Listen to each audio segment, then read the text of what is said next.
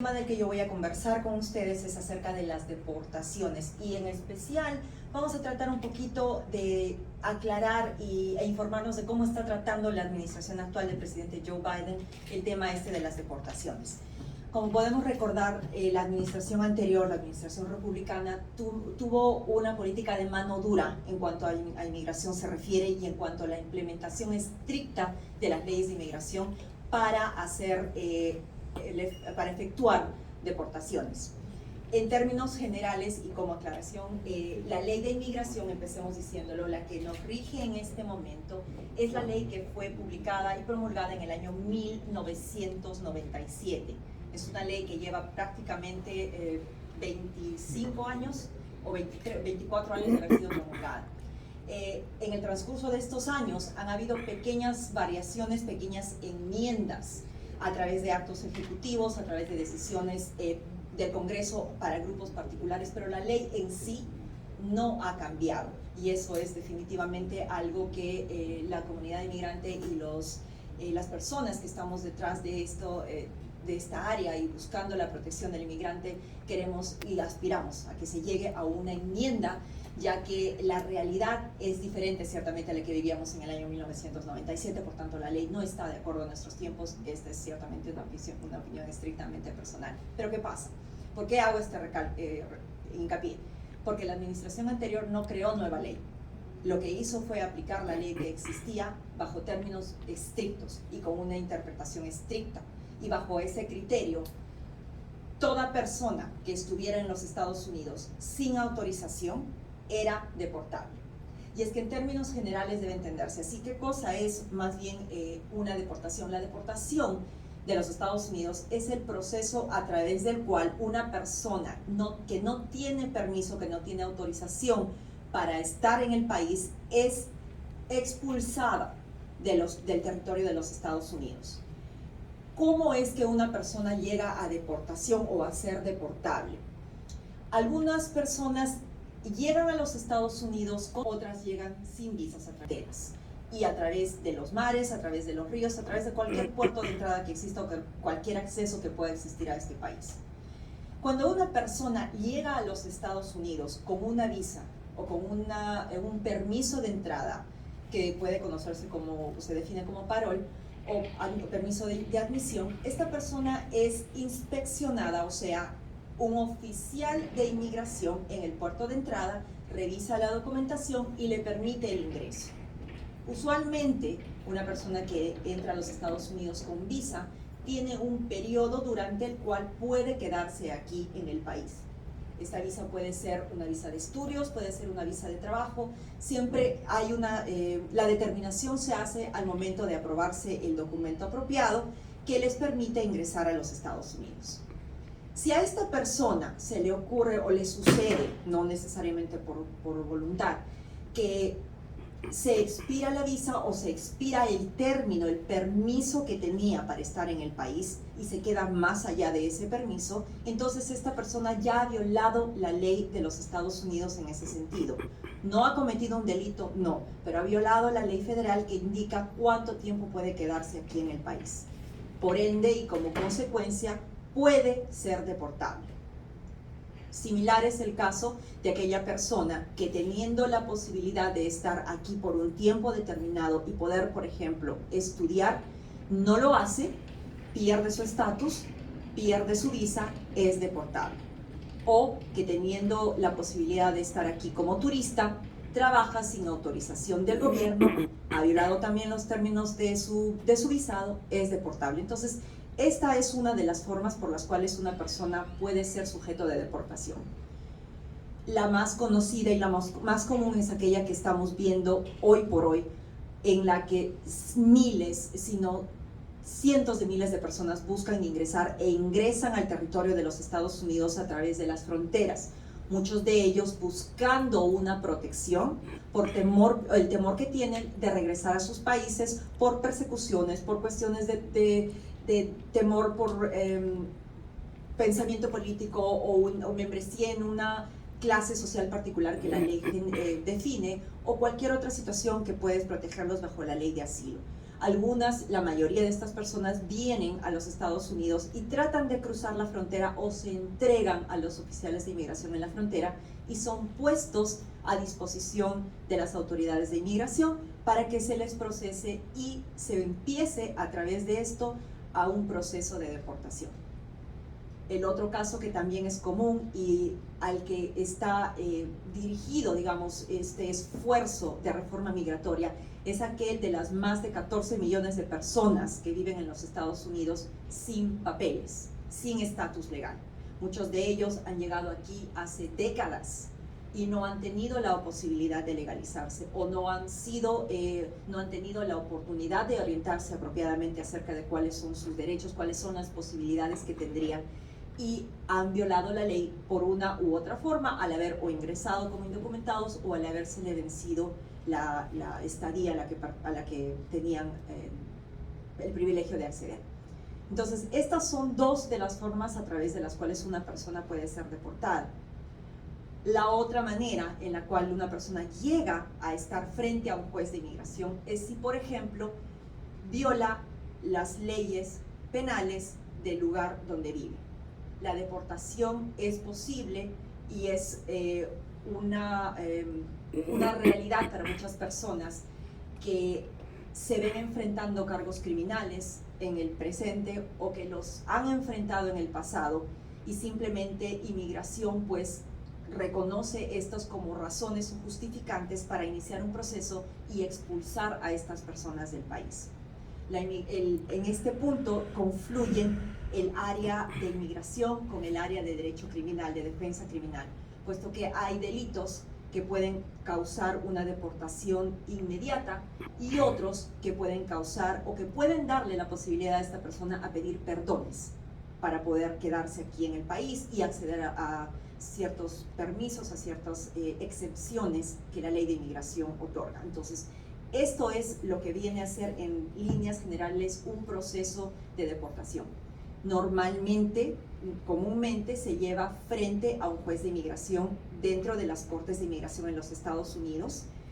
Actualmente hay cortes de inmigración en los estados más grandes, ciertamente donde la densidad poblacional es mayor, y se están nombrando cada vez más jueces de inmigración para hacerse cargo de estos casos, pues la carga procesal ya es incalculable, es demasiado, hay muy poco personal, hay pocos jueces para el número de casos que se están tramitando. Entonces, esto se está tomando muchísimo tiempo. Las personas a veces se ven en medio de un proceso por años, y es más, como les puedo dar como referencia el día de hoy en una audiencia que hemos tenido en la Corte de Newark, la audiencia final de mi cliente ha sido fijada para el año 2024. Pueden imaginarse ya cuánto están demorando en programarse, cuántos casos existen en este momento que hacen que la gente todavía tenga que esperar muchísimo más tiempo, ¿no? En fin, una vez que el caso llega a manos del juez, la persona que está en proceso de deportación tiene la posibilidad de pedir perdones, tiene la posibilidad de buscar alternativas, porque no es que todo haya sido perdido cuando uno está en proceso de deportación. A lo mejor esta persona pues es elegible para lo que la doctora comentará o describirá posteriormente, que es el perdón de los 10 años, en base a ciertos elementos que la ley implica o que la ley describe, o la persona puede buscar su residencia en medio de un proceso de deportación si es que tiene familiares inmediatos que lo pudieran haber pedido, o ha sido víctimas de crímenes, lo que también es una protección bajo la ley, o son menores de edad que buscan, que tienen una protección particular como inmigrantes juveniles especiales, una categoría que es considerada muy sensible, porque estamos hablando de menores de edad que han sufrido abandono, abuso o negligencia en sus países de origen, quienes pueden ser definitivamente beneficiados. En fin, cuando una persona está en proceso de deportación frente a un juez de inmigración, puede y debe defenderse. Lo peor que puede suceder y el peor error que una persona puede cometer en medio de un proceso de deportación es no presentarse a su audiencia, porque esto conlleva una deportación en ausencia, y la deportación en ausencia es una sanción que para nosotros es difícil de revertir, porque hay que explicar las razones por las cuales el candidato, el aplicante no se presentó a corte y estas tienen que ser justificadas. Y esas justificaciones no siempre se pueden, llegan a convencer a los jueces. Entonces, si algo quiero enfatizar a la gente que está con nosotros y a las personas que nos están viendo en esta charla, es si ustedes están en medio de un proceso de deportación, primero, no pierdan la posibilidad de dejar que su historia se escuche, de defenderse, busquen orientación, busquen ayuda. Hay, gracias a Dios, muchísimas organizaciones que otorgan y apoyan a la comunidad inmigrante de manera gratuita. También hay profesionales que lo hacemos en la práctica privada y ciertamente tomando consideraciones personales para cada uno de aquellos que necesitan nuestra ayuda, pero no dejen de presentarse en sus audiencias. Lo peor que podrían hacer realmente es dejar de asistir a ellas, puesto que el remedio puede ser muy difícil de obtener. En este término de marco general que les estoy dando, en la administración anterior, como dije anteriormente, el peligro de deportación era constante, era latente. Todos los días escuchábamos de redadas, todos los días escuchábamos de intervenciones de ICE, que es la unidad operativa ejecutoria de inmigración para deportaciones, ingresando a domicilios, ingresando, acercándose a escuelas, ingresando o acercándose a cortes, a centros judiciales donde las personas buscaban protección para ejercer la ley y tomar a personas detenidas y hacerlas sujetos de deportación. Eso ha cambiado con esta administración, y aún cuando la meta final de llegar a un cambio, a una reforma que beneficie a los más de 14 millones de personas indocumentadas en el país, no se ha concretado, y estamos todavía en conversaciones, en negociaciones entre los partidos demócrata y republicano para llegar a un punto en común. Lo cierto es que ese temor que se vivió anteriormente puede dejarse de lado. El presidente en su campaña política ya prometió una reforma, ya prometió hacerse cargo de todas estas personas que han venido a contribuir al país, que están construyendo, que han venido a dejar su granito de arena y que consideran este ya su país, donde obedecen las leyes, donde pagan impuestos, donde tienen familia, donde han creado y han criado raíces, para darles la oportunidad de finalmente caminar erguidos y con documentación propia. Como digo, esto todavía está en trámite, no perdemos la esperanza de que llegue ese día, pero entre tanto se han tomado varias medidas que han deshecho lo que la administración anterior había implementado en cuanto a la aplicación estricta de la ley. Sin ir muy lejos, hoy por ejemplo, también tengo en la mano en realidad el memorándum que fue publicado hoy día, firmado por el secretario de Seguridad Nacional, Alejandro Mayorkas, donde instruye a todo el personal de ICE a mantenerse alejados por completo de hospitales, de guarderías, de colegios, de centros de culto y similares, donde la gente usualmente va y había dejado de ir por temor. ¿Por qué? De nuevo digo, en la administración anterior había mucho temor de acercarse a estos lugares porque ICE estaba a la vuelta de la esquina, o había noticias de que ICE estaba en la zona y podrían ser arrestados. Sucedió, sí, entonces el temor se creó, el temor se aumentó. Esta noticia, aun cuando no es necesariamente alentadora en cuanto a reforma, sí nos da mucha tranquilidad, porque podemos estar seguros de que estas personas que lo que vienen a hacer es trabajar, contribuir y continuar viviendo su sueño y su ilusión de legalizarse, pueden hacerlo sin el temor de ser deportados. La administración Biden ha enfatizado durante todo este tiempo que su interés va a ser primariamente aquellos que se constituyen en amenazas a la seguridad nacional, amenazas a las fronteras y aquellas personas que son amenazas a la comunidad. Entonces, ¿quiénes sí pueden ser sujetos de deportación bajo este criterio?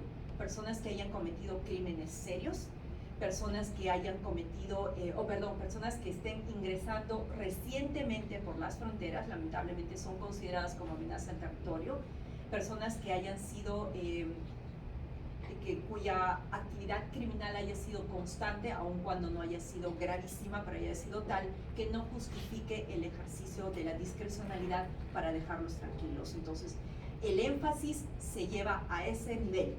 Las madres de familia que cuidan a sus niños, los padres de familia que trabajan, aquellos muchachitos que vinieron de pequeños y que aún no pudieron legalizarse porque el programa de acción diferida se cerró, pueden estar por lo menos tranquilos en este momento que el gobierno no está interesado en deportarlos, está más bien buscando protegerlos.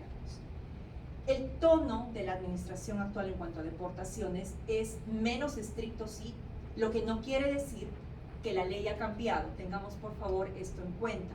La ley que existe, la ley que está vigente, es la que se publicó en el año 1997. Las razones por las cuales una persona puede enfrentar una deportación continúan siendo las mismas. El énfasis sí en deportar indiscriminadamente, ese sí ha dejado de existir. Podemos tener esa tranquilidad. Sin embargo, como invitados, y hasta que no somos ciudadanos de los Estados Unidos, somos invitados de este país, lo menos que podemos hacer es observar la ley, observar los reglamentos, respetar los principios que fundaron este país y en los que se sustenta, pagar los impuestos, vivir con honestidad y dignidad, porque todos estos son factores y todos estos son elementos que no solamente son vistos al momento de ejercer discrecionalidad por parte de las autoridades y jueces, sino también son elementos que van a ser considerados y que siempre se toman en cuenta a la hora de otorgar beneficios y otorgar perdones. En estos momentos estamos a la espera también de que las negociaciones en el Congreso den un fruto positivo para la comunidad inmigrante y esperemos pues que una reforma se produzca, si no en los términos que la administración actual prometió, que sea lo más cercano a la final legalización de millones de personas. Eso es en términos, yo creo en términos generales lo que quisiera hablar. No quisiera enfocarme mucho en aquellos detalles que la doctora va a hablar, que son muy importantes y son muy vigentes también, pero estaré de regreso para preguntas. Gracias.